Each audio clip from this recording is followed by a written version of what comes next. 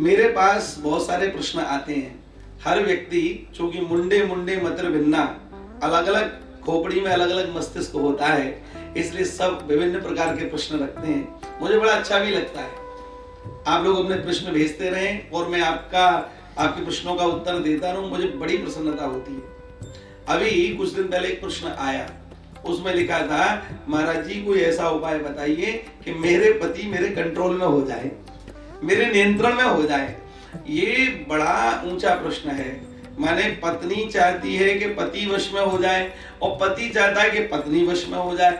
बाप रे बाप। लेकिन चलो, आज इस वीडियो के माध्यम से मैं आप दोनों को उत्तर दे देता हूं, हैं? आप लोग ध्यान से सुनिएगा। वैसे तो एक छोटा सा एक विनोद का भाव आपको सुना देता हूं। एक बार एक व्यक्ति ने भगवान को प्रसन्न कर लिया और भगवान ने कहा कि भाई क्या तेरा अभीष्ट है, जो तेरी मन्नत हो वह मांग ले। भगवान इसको देख करके बड़ा प्रसन्न हुआ। कहा, महाराज बहुत दिन से मेरा एक काम पूरा नहीं हो रहा, आपका दिया सब कुछ है पर एक काम नहीं हो रहा। क्या? बोले, मेरी पत्नी मेरी बात नहीं मानती। मेरी पत्नी मेरी बात मान ले, बस आप ऐसी मेरी मन्नत पूरी कर दो।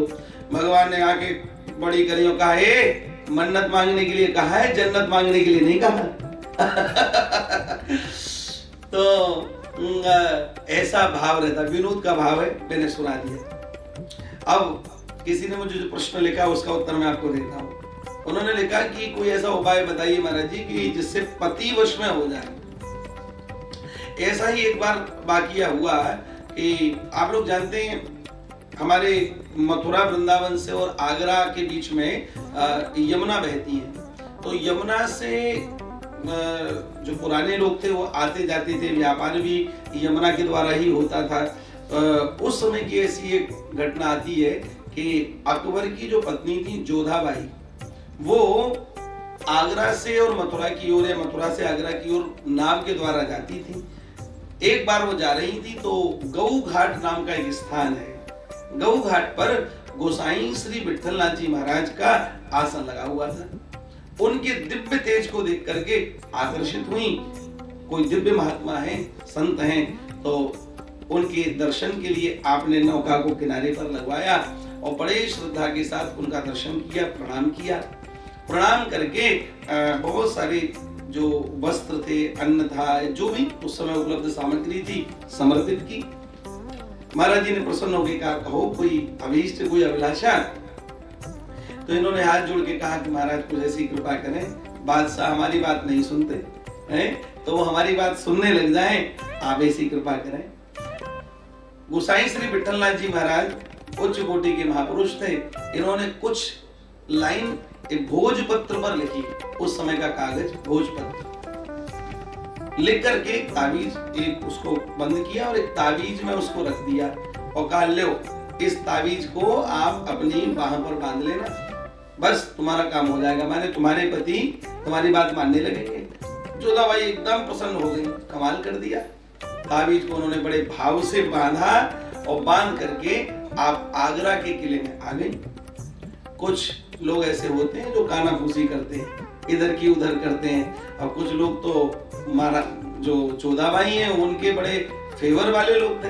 लेकिन एक आध ऐसा भी था, उसने जाकर के तुरंत अकबर के कान में कह दिया, महाराज गजब हो गया, आज महारानी जी जहां पर गई हैं उन्होंने आपको वश में करने के लिए कोई तंत्र कराया है। और उन्होंने सोचा, अच्छा ऐसी हिम्मत, क्या हुआ वहां, बताओ पूरी घटना। अरे महाराज, एक कुछ चमत्कारी महात्मा बैठे थे और उनसे उन्होंने एक ताबीज बनवाया है और ताबीज को रानी ने अपने बाह पर बांध लिया है। अब तो लगता है कि आपको वश में करके ही रहेंगे। इतना सुना अकबर तिलमिला गया, एकदम खड़ा हुआ। और पहले तो रनिवास में जाने से पूर्व सूचना देते थे कि हम आ रहे हैं, तो वहां थोड़ा सब व्यवस्थाएं राजा के अनुकूल हो जाती थी।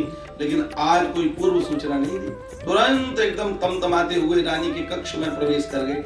रानी लेटी हुई थी। अरे महाराज, आप क्या हुआ? अब क्या हुआ ये तो बाद में, बताओ वो ताबीज कहाँ है? और ताबीज बंधा हुआ देख करके रानी देती उससे पहले ही राजा ने लिया और उसको तोड़ करके देखा तो उसमें लिखा क्या था। तो जैसे ही वो पढ़ा तो अभी तक जो लाल पीली आंखें हो रही थी गुस्से में, वो एकदम शांत हो गई और राजा के चेहरे पर मुस्कुराहट आ गई। मुस्कुराहट आ गई। उस पत्र में क्या लिखा था?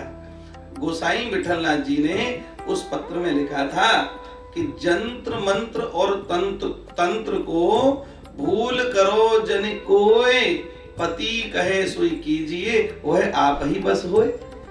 बस इतना लाइन लिखी, पढ़ करके प्रसन्न हो गया। आप लोग अर्थ समझे? पति को वश में करने के लिए कोई यंत्र मंत्र तंत्र नहीं करना चाहिए। पति जो कहें उनकी प्रसन्नता में अपनी प्रसन्नता को मान लेना चाहिए। एक बात और समझने की है, पति कहे कि नहीं हम तो शराब पिएंगे, तो उनकी हमें हाँ मत कर लेना, ये गड़बड़ है। पति वह जो पत्नी को परमेश्वर में लगाए और पत्नी वह जो पति को पतन से बचाए या पाप से बचाए।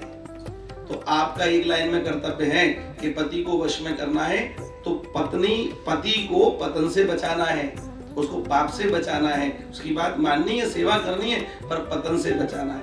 ये बात आप लोग समझ लीजिएगा। एक बात और कहूंगा, एक प्रश्न और आता है मेरे पास कि महाराज जी वो ऐसा लिखा है ग्रंथों में कि पति का आधा पुण्य पत्नी को लगता है और पत्नी का किया गया पाप आधा पति को लगता है। अरे भाई ये तो हमारे साथ में बड़ी धोखेबाजी हो गई। पति करे और उसका पत्नी को एकदम ऐसे फ्री में मिल जाए, और पत्नी कुछ गड़बड़ करे तो पति का तो कोई दोष ही नहीं विचारेगा, उसको उसका पाप मिले। इसका क्या ये ठीक है या नहीं? किसी ने पूछा मुझे, तो मैं आपको निवेदन करूं, सावधानी से सुन लीजिएगा। पत्नी उस आधे पुण्य की हकदार है पति के किए हुए कर्मों के, जिसमें पत्नी की पति के कर्मों में संस्तुति हो, माने इच्छा हो कि हाँ नहीं, सहमति हो कि नहीं आप ये कार्य कर रहे हैं, मैं इसमें आपके साथ खड़ी हूं, तो उस आधे पुण्य की भागीदार पत्नी है। और यदि पत्नी कोई पाप करे और उसमें पति सहभागी है, पति की संस्तुति है कि नहीं करो, तो आधा पाप का हकदार पति है। यदि पति की कोई संस्तुति नहीं है और पाप किया गया स्त्री के द्वारा है, तो स्त्री को ही भोगना पड़ेगा। ठीक है? तो पत्नी वह जो पति को पतन से बचाए और पति वह जो पत्नी को परमात्मा में लगाए।